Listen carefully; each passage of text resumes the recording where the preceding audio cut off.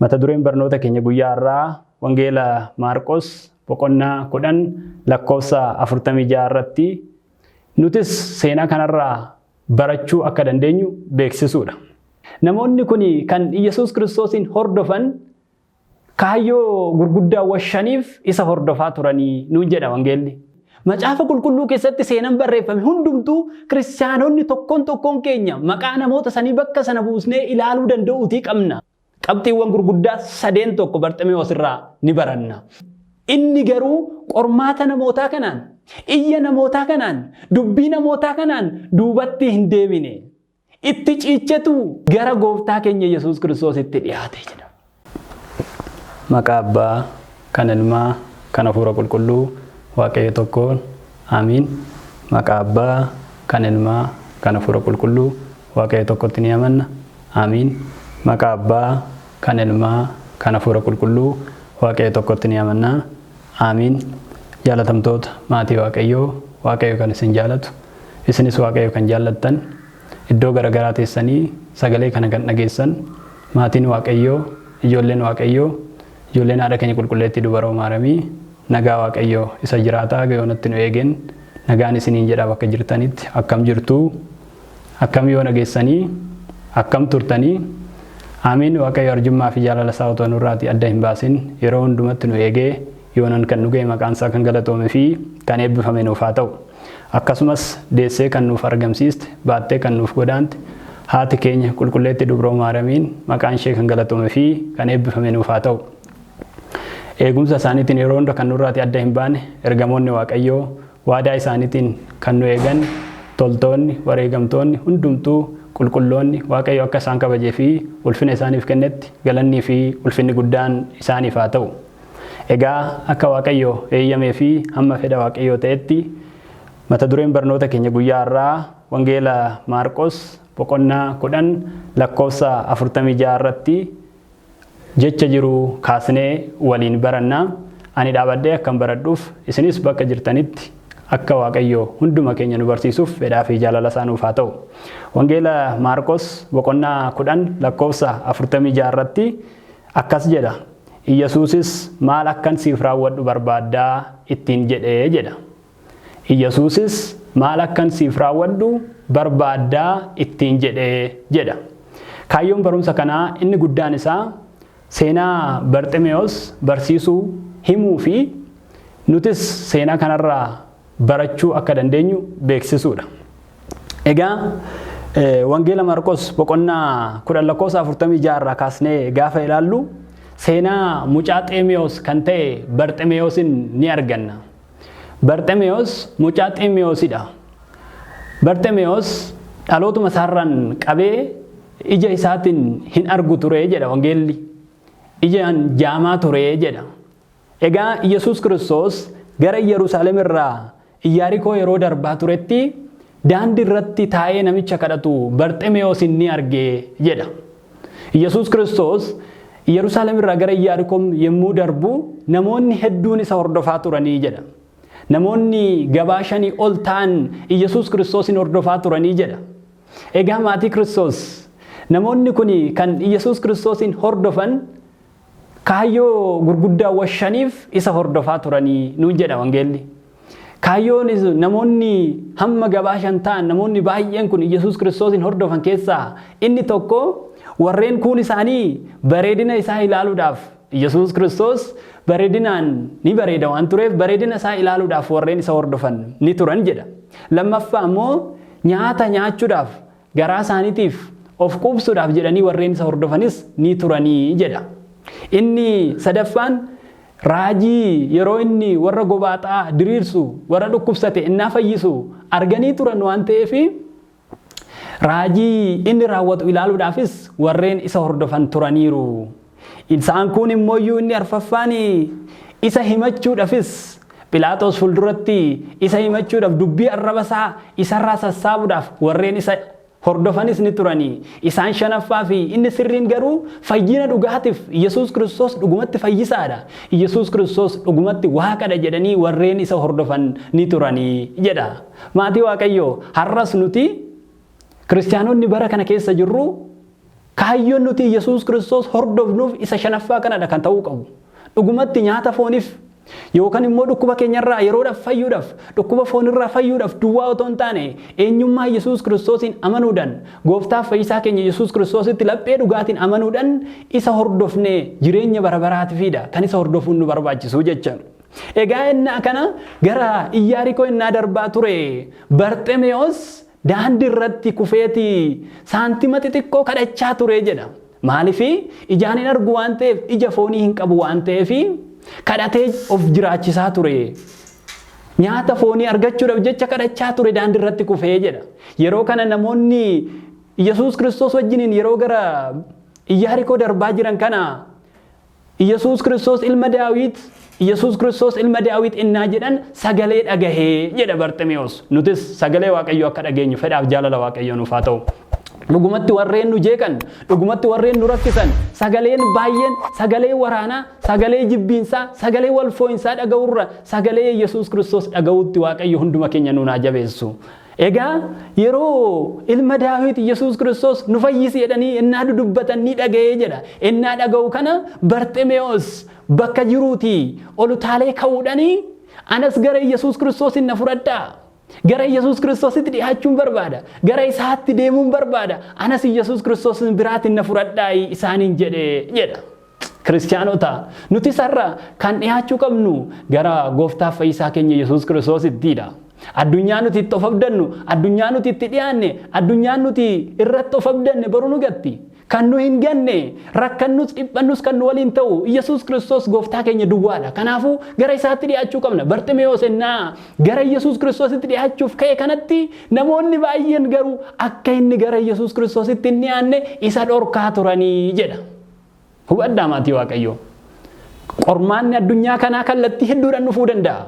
Barxemewoosis gara Yesuus Kiristoositti akka inni hin dhiyaanne namoonni baay'een isa dhorkanii ati gara isaa dhiyaachuu hin dandeessu atoo ijaan hin argitu atoo jaamadha kanaafuu gara isaa dhiyaachuu hin dandeessu jedhan. Har'as hin jira. Biyya lafaa kanarratti har'as ni jira. Dhuguma cubbuu keenyaan achumatti akka hafnu warreen barbaadan ni jiru. Miti cubbuu keenyaan achitti hafuun hin barbaachisu. Cimnee dhaabbannee gara Yesuus Kiristoositti gara gooftaa keenyatti dhiyaachuun nu barbaachisa. Barxemewoos iyya isaanii kana hin dhageenye. Itti ciichet cinoominaan qorumsa isaanii kanatti otoo hin mataan cabsatinii gara Yesuus Kiristoositti iyye. Yaa Yesuus Kiristoos ilma Daawit na fayyisi jedhee gara Yesuus Kiristoositti iyye. Yeroo kana namoonni yoo isa dhorkanillee Yesuus Kiristoos dhaabbatee gara isaa ilaalee jedha. Maatii Waaqayyoo Yesuus Kiristoos har'as gara jireenya keenya haa ilaalu. Waaqayyo har'as gara jireenya keenya haa ilaalu. Sillaaseen har'as gara jireenya keenya haa ilaalu. Yemmuu Waaqayyo gara jireenya keenyatti ilaale warreen nu dhorkan hundumtuuyyuu warreen nu jibban hundumtuu warreen nu dhiiban hundumtuu nu jaallatu. Kanaaf Waaqayyo gara jireenya keenyatti haa ilaalu akka Barxemewoos. Dhaabbateetu gara kootti akka dhufuuf eeyyamaa fi gara kootti fidaa hin dhorkina ittiin jedhe Yesuus Kiristoos. Waaqayyo gooftaan keenya Yesuus Kiristoos jireenya keenya gara isaatti haa fuudhu. Egaa kiristaanota yeroo kana Barxemewoos namoonni dura isa dhorkaa turan suni koottu Yesuus Kiristoos gara isaatti akka dhiyaattuuf si barbaadaa jira. Gara isaatti akka dhiyaattuuf si waamaa jira koottu ittiin jedhan. Innaa kana Yesuus Kiristoosis gara Barxemewoos kana ilaaluudhaan maal akkan siif raawwadhu barbaadda jedheeni. Mata dureen barnoota keenya isa kanadha. Maal akkan siif raawwadhu barbaadda? Innis gooftaa koo Yesuus Kiristoos ijaan akkan argu ijji koo akka fayyuun barbaadaa jedheeni. Yesuus Kiristoosis innaa kana amantiin kee si fayyisee jira. Qorumsa keessatti odoo abdiin kutatin iyya namootaa keessatti odoo abdiin kutatin gara koo dhuftee jirta. Amantaan kee si fayyisee jira. Kanaafuu ilaalii deddeebi'i ittiin jedhe. Waaqayyo qormaata keenya hunduma isaa cabsee ija lubbuu keenya akka banu fedhaaf jaalala isaa nuuf haa ta'u. Egaa yeroo kana Barxemewoosis ijji isaa battalumatti ni fayyee fi ilaaluus ni danda'e jedha. Egaa kiristaanota amma seenan Barxemewoos asumarratti nu haa ga'uuti. Nuti Barxemewoos irraa maal barannaa? Qabxii guddaan isa kanadha. Seenaa Barxemewoos tarreessuu duwwaa otoo hin taane Macaafa qulqulluu keessatti seenan barreeffame hundumtuu kiristaanonni tokkoon keenya maqaa namoota sanii bakka sana buusnee ilaaluu danda'uutii qabna. Kanaaf Barxemewoos irraa maal baranna nuti har'a? Seenan Barxemewoos tokkoon keenya maal barsiisee darba? Qabxiiwwan gurguddaa sadeen tokko Barximeewos irraa ni baranna. Isa sana kaasnee barnoota keenya tokko tokkoon ilaalla. Tokkoffaa Barximeewos irraa kan nuti barachuu dandeenyu. Seenaan Barximeewos kan nutti himu daandii fayyinaa amantaa qofa ta'uu isaa nutti hima. Mee hubadhaa maatii Waaqayyoo. Barximeewos daandii irra ture jedha. Macaafni qulqulluun immoo amantaan daandiidha nuun jedha. Wangeela raajii Ermiyaas dhiifama raajii Ermiyaas boqonnaa 16 lakkoofsa 16 irratti gara daandiitti ol baa. Daandii isheen jalqabaas tam akka taate abboota keessan gaafadhaa. Daandiin ishee jalqabaaf qulqulluu tam akka taate adda baafadhaa. Isheerras deddeebi'aa. Lubbuu keessaniifis boqonnaa ni argattu jedha. Lubbuu keessaniifis boqonnaa ni argattu. Namoonni baay'een garuu isheerra deddeebinu jedhanii nuun jedha. Kiristaanota dhuguma daandiin iddoo tokko kaasee akka gara biraa nu geessu. Daandiin lafarraa, daandiin ilmaan kiristaanotaatis gara iddoo nuuf qophoofte mootummaa Waaqayyootti nu geessu immoo amantaadha jechuudha. Otoo Barximeewos daandii Yesuus Kiristoos irra darbu irra jiraachuu baate hin fayyu tureeyyu. Otoo Barximeewos daandii Kiristoos irra darbu irra hin jiru ta'ee hin fayyu tureeyyu. Har'as daandiin Yesuus Kiristoos irra jiru, daandiin haati keenya qulqulleettii durboo Maariyaamiin irra jirtu, daandii qulqulloonni irra jiran, daandii toloonni irra jiran amantaa Ortodoksii Tawaahidoo qulqulleettidha kiristaanota. Kana tokkoffaa kan barannu Barximeewos irraa. Barximeewos daandii ishee sirriirra waan ta'eef malee kan akka isaa jaamanii hafan baay'eetu jiru. Daandii ishee sirriirra waan jiruuf, daandii Yesuus Kiristoos barbaadurra waan jiruuf, daandii Kiristoos irra darburra waan jiruuf, kallattii ishee sirriirra waan jiruufi Barximeewos fayyuu danda'eera jechuudha. Har'as maqaa amantaatiin warreen daandii sobaa barsiisan baay'eetu jiru. Daandiin Kiristoos beeku, daandiin qulqulloonni beekan, daandii qulqulleettii durboo Maariyaamiin beektu, daandiin inni sirriin Ortodoksii Tawaahidoo ta'uu isheeti. Kana Barximeewos irraa kan baran nutis har'a daandii kanarratti, daandii amantaa ishee dhugaa kanarratti cimnee dhaabbachuutu nurraati eegama kiristaanota. Tokkoffaa Barximeewos irraa kana baranna. Qabxiin lammaffaan inni guddaan nuti Barximeewos irraa barannu jabeenyummaa Barximeewos irraa ni baranna. Abdii kutachuu dhabuu Barximeewos irraa ni baranna. Mee hubadhaa seenuma kana wangeela Maarqos boqonnaa 10 lakkoofsa 46 irraa kaastanii gaafa dubbistan namoonni baay'een Barximeewos gara Yesuus Kiristoositti akka dhiyaanne isa dhorkaa turanii jedha. Kiristaanota Barximeewos maal godhe ennaa kana? Barximeewos ennaa namoonni gara isaatti akka dhiyaatan isa dhorkaa turan. Inni garuu qormaata namootaa kanaan, iyya namootaa kanaan, dubbii namootaa kanaan duubatti hin deebine. Itti ciichetu gara gooftaa keenya Yesuus Kiristoositti dhiyaate jedha. Kuni maal agarsiisa? Qorumsa keessatti jilbeeffachuu akka hin qabne, qormaata keessatti mana amantaarraa bahuu akka hin qabne, qorumsi dhufe jennee Waaqayyo irraati adda bahuu akka hin qabne, qorumsi dhufe jennee Sillaasee ganuurraa akka hin qabne nu barsiisa jechuudha. Iyyan uummata kiristaanaa warri dubbii sagalee kana dhageessan hundi keessan har'a guyyaa kana kan nuti murteessuun nurraati eegamu, har'a guyyaa kana kan nuti ofitti himuun nurraati eegamu, har'a guyyaa kana kan nuti laphee keenya jabeessuuti hin qabnu, qormaanni addunyaa kanaa amantaarraa adda nu baasuuti hin qabu. Kaayyoon nuti biyya lafaa kanarratti dhufne inni guddaansaa, kaayyoon ijoon nuti biyya lafaa kanarratti jiraannu inni guddaansaa jireenya keenya ishee boruutiif daandii keenya sirreeffachuudha. Kana keessatti immoo qorumsa hedduutu jira. Har'a dhugaadha mana amantaa akka hin deemneef qormaanni hedduun jiraachuu jirata. Akka hin tajaajilleef qorumsa hedduun jirata. Akka nuti waliin jaalamneef qorumsa hedduun jirata. Akka nuti hin tokkummoofne qorumsa hedduun jirata.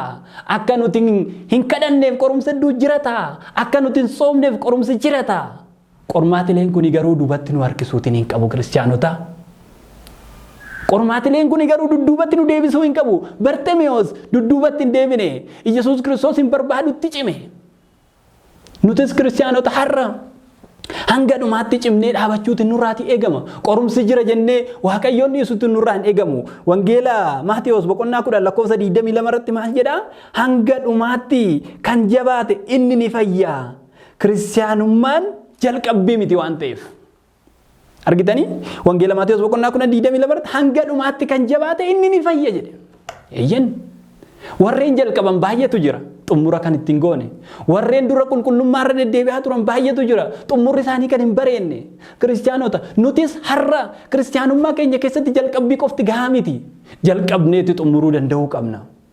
Kanaaf kiristaanummaa keenya qormaatilee hedduu keessatti cimsinee qormaatilee hedduu keessatti jabeessinee itti cimnee jiraachuutu nurraatii eegama malee qorumsaan dudduubatti deebi'uun nurraatiin eegamuu jechuudha. Qabxii lammaffaaf inni guddaan nuti barannu isa kanadha. Duuka bu'oonni yemmuu tajaajilaa turanitti daandii isaanirra qorumsa hedduutu ture. Qulqulloonni Waaqayyoon ennaa tajaajilan daandii isaanirra qorumsa hedduutu ture. Eenyumtuu qormaata malee Kiristoosin hordofeetiin hin beeku. Qorumsi ni jiraata kiristaanummaa keessatti. Maaliifi kallattii daandii sirrii irraa seexanni nu maksuuf qormaata hedduu nutti fiduu danda'a waan ta'eef. Duuka bu'oonni abbootiin keenyas irraan gadee hanga fannifamanitti kan ga'an kan akka qulqulluu Phexros. Gogaan isaanii hamma irraa ka'utti kan ka'an kan akka qulqulluu Toomaas. Addabaabaayii Room irratti kan fannifaman kan akka qulqulluu Phaawulosin qorumsa hedduu kan simatan amantaa isaaniitti waan cimaniifi eenyummaa isaaniitti waan cimaniifi ortodoksummaa isaaniitti waan jabaataniifi kanaaf Waaqni nuti amanne Waaqni nuti qorumsa keessatti cimnee dhaabbanneef immoo nu gatee hin beeku. Akkuma beeknu qormaatilee hedduu keessatti Waaqayyo ilmaan isaa dagatee hin beeku. Wangeeluma Maatiyos irratti maal jedhee barreeffameetiin kan jiru ani addunyaa kana mo'adheen jira. Addunyaan kun qorumsa isinirraan gahuu danda'a. Ani garuu addunyaa kana mo'adheen jira. Addunyaa qorumsaa kana keessattis isin hin dhiisu. Addunyaa kana isinis ni mo'attu. Ani isin wajjin jira waan ta'eef jedhe. Kiristaanota kan nu gammachiisu qabu isa kanadha. Qorumsi yoo jiraates qorumsa sana keessatti mi'aayina amantaa kan nutti agarsiisu gooftaa keenya Yesuus Kiristoosidha. Yoo qoramnes qormaata san keessatti kan nu wajjin jiru Yesuus Kiristoosidha. Kanaafuu qormaata keessatti duubatti deebi'uu hin qabnu. Har'a obboloonni baay'een, har'a abbootiin baay'een, har'a obboleettiiwwan baay'een, har'a dargaggeessi baay'een mana amantaa kan dhiise. Qormaata xiqqoo isaanirra gaheeni, qormaata xiqqoo nurra gaheeni mana amantaarraa kan fagaatan baay'eetu jira. Kana waan ta'eef cimnee jabaachuu Barxemeewos irraatii ni barannaa jechuudha. Qabdiin inni sadaffaa fi inni ijoon nuti Barxemeewos irraa barannu gaabbii gallee Kiristoosin hordofuu akka qabnudha. Kiristaanota dhimmi kun sirriitti ilaalamuu danda'uuti qaba. Gaabbii gallee Kiristoosin hordofuu akka qabu Barxemeewos irraa ni baranna seenaa isaarraa. Akkuma wangeela irratti barreeffamee jiru ammas wangeeluma Maarqos boqonnaa 10 lakkoofsa 46 irraa qabdanii gaafa ilaaltan naannoo lakkoofsa 48tti erga Barxemeewos ijji isaa ilaalee booddee of dudduuban deebine. Wanta kadhachaa ture uffata isaa carqii isaa saantima koo hin jenne duuba deebi'ee hin laalle fayyinee jennaan fayyee jennaan achumaatiin eenyummaa isaa dhiisee wanta kadhatu saantima sana dhiisee carqii isaa dhiisee Yesuus Kiristoosin hordofee jedha. Kiristaanota nuti sarraa eenyummaa keenya dudduuba jiru dhiisnee Waaqayyootiin hordofuu qabna. Eenyummaan nu dudduuba jiru kan nu rakkise baay'eetu jira. Namoonni eenyummaa isaanii dudduuba jiruun kan rakkatan baay'eetu jira. Uffata wal jibbiinsaa kan qabnu baay'eetu jira. Uffata wal diiguu kan qabu baay'eetu jira. Uffata sanyummaa kan nu rakkisu baay'eetu jira. Kanaaf akka Barxemeewos uffata isaa dhiiseetiin Yesuus Kiristoosin duwwaa hordofe. Seenaa sana dura jiru dhiiseetiin Yesuus Kiristoosin duwwaa akka hordofe nutis har'a seenaa keenya sana dura ture dhiisneetiin Kiristoosin hordofuu danda'uu qabna. Eenyummaa keenya cubbuu keenya ture dhiisneetiin gaabbiidhaan Kiristoosin hordofuu danda'uu qabna. Addunyaan kun fayyuu kan danda'u sana yoo ta'edha. Hundumti keenya jireenya gaabbitti deebi'uu danda'uu qabna. Namni Waaqayyoon hin miine hin jiru. Namni Waaqayyootiin hin balleessine hin jiru. Namni Waaqayyoo irratti cubbuun hojjenne hin jiru. Namni eenyummaa ofiin salphisne hin jiru. Cubbuudhaan namni gad of hin buufne hin jiru. Kanaaf gaabbiidhaan deebi'uu danda'uu qabna. Kiristaanota keessattuu bara nuti jirru kana keessatti, bara wal jibbiinsi baay'ate keessatti, bara tokkummaan dhabame keessatti, bara nageenyi dhabame kana keessatti nuti tokkummaadhaan jaalalaan gaabbiidhaan gara Waaqayyootti deebinee fooniif dhiiga isaa fudhachuu danda'uu qabna. Sana yoo taane Gooftaan keenya Yesuus Kiristoosis hunduma keenyan gara iddoo nuuf qopheesse gara mootummaa isaa ishee samiitti hunduma keenyan ni fudhataa jechuudha. Qulqulluun Phaawulos akkas jedha ergaa warra saba Roomeetiif barreesse boqonnaa 6 lakkoofsa 22 irratti amma garuu garbummaa cubbuu jalaa baatanii jirtu. Kiristaanota amma garuu garbummaa cubbuu jalaa baatanii Waaqayyootiif bitamtanii qulqullaa'uuf firii qabdu. Dhumni isaatis jireenya bara baraati jedha. Kiristaanota hunduma keenya Waaqayyo jireenya bara baraa akka nu dhageessisu fedhaaf jaalala isaa nuuf haa ta'u. Egaatiin kaayyoon keenya inni guddaan isa kanadha. Maal jedha qulqulluun Phaawulos warra Room yeroo gorsu amma garuu cubbuu kana dura itti turtan isin gahee jira. Kana booddee cubbuun kana dura itti turtan isin haa ga'u. Amma garuu eenyummaa Yesuus Kiristoositti amantanii Waaqayyootti amantanii firii qulqulluu buusuu qabdu. Dhumni isaatis jireenyi isaatis jireenya bara baraati jedha. Kiristaanota nutoo har'a cubbuu keenya isa kaleessaa bakkatti kumne sagaagila keenya isa kaleessaa bakkatti wal jibbine bakka jibbiinsa keenya isa kaleessaa jirramoo har'a gaabbiidhaan deebineerra laata? Of haa gaafannu. Bakkuma itti kaleessa kufne jirramoo har'a dhaabbannee Waaqayyootiin hordofneerra ta'a laata? Egaan kiristaanota qulqulluun Phaawulos kan nu gorsu isa kanadha. Eenyummaa keenya isa kaleessaa dhiisnee cubbuu keenya isa kaleessaa dhiisnee deebinee Waaqayyootti amanuu danda'uu qabna. Gaabbiidhaan Waaqayyootti deebi'uu danda'uu qabna. Gaabbii gallee fooniif dhiiga Kiristoos isa nuuf jedhee qaraanii irratti kute isa nuuf jedhee qaraanii irratti lolaase dhiiga isaa foon isaa qulqulluuf kabajamaa dhugneetiin jireenya bara baraatti dhiyaachuu danda'uu qabna. Qulqulluun Phaawulos akka dubbate guyyaan fayyinaa ammadha waan ta'eef Barximeewos guyyattii itti sagalee Waaqayyoo dhaga'e irraa ka'eetidha fayyina isaa kan raawwate. Nutis har'a guyyattii itti sagalee Waaqayyoo dhageenya kanarraa kaanee fayyina keenyaaf dhama'uu danda'uu qabna. Gaabbii galuuf dhama'uu danda'uu qabna. Fooniif dhiiga Waaqayyootti dhiyaachuudhaaf dhama'uu danda'uu qabna. Sana yoo ta'edha Waaqayyo kan nu gargaaru. Dhamaatii keenya kaka'umsa keenya yoo qabaannedha Waaqayyo kan nu gargaaru.